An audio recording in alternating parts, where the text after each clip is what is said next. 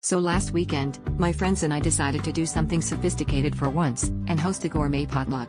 You know, the kind where everyone promises to bring something classy and you all pretend to know what umami means. We even made a spreadsheet this time, to avoid the dreaded 7 bowls of chips scenario that happened last year. Everyone was hyped, listing off dishes like rosemary focaccia with sun-dried tomato tapenade and artisanal sourdough with whipped brie.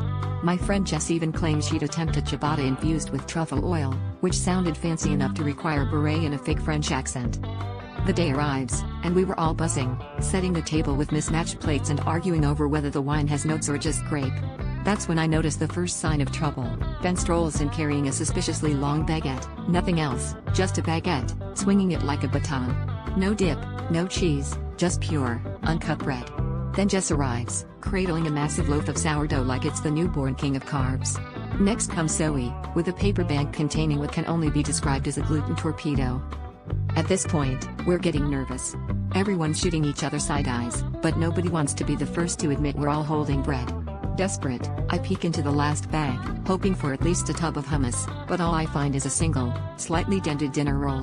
Turns out, every single one of us had interpreted gourmet as go to the bakery and buy whatever loaf looks the least 3-sliced. There we were, 7 adults, surrounded by a fortress of carbs, not a spreader of protein in sight.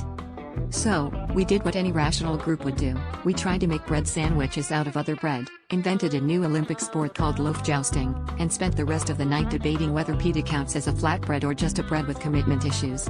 Let's just say our gourmet potluck turned into a loaf party. And now, thanks to us, our carbs have trust issues. They're always wondering if we'll ever bring anything to the table besides themselves.